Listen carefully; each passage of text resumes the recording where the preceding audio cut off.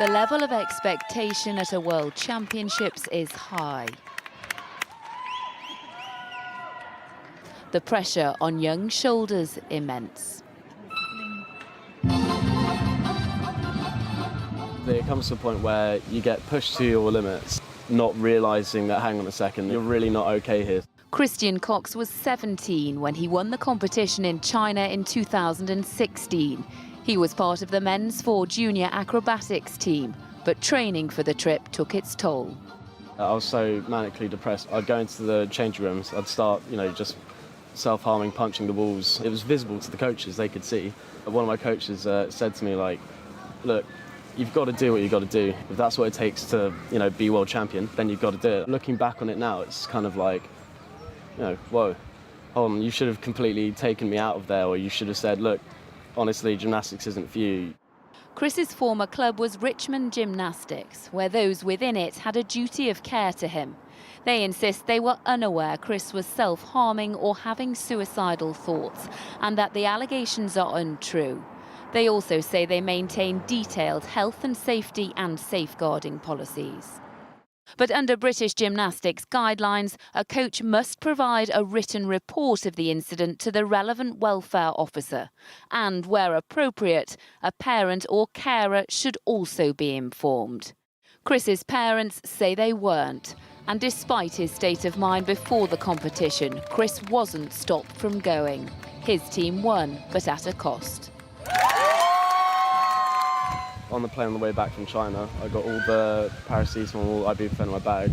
I got my hands on all the free airline alcohol I could and just downed it all. And I wanted to die. And I thought, what, I'm done with all the suicidal thoughts, being pushed too hard, and yeah. Chris was taken to hospital as soon as his flight arrived home. Weeks later, he did go back to the club. They said to me, we didn't know you were going to do it. I was like, I was telling you, I told you every day. And I was obviously self-harming all the time. But, they didn't even tell my parents what I was telling them. Melanie Sanders is the head of acrobatics at Richmond, but wasn't Chris's main coach. She was in China at the championships, although not on the plane back. Great Britain, pretty clean routine.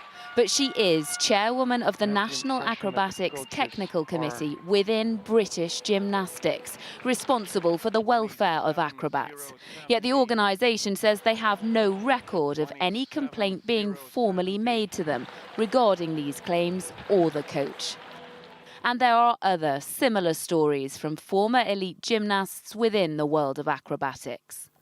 When I used to feel scared and anxious and stressed during training sessions, I used to scratch my hands and my arms and my legs because the pain of the scratching almost overtook the fear.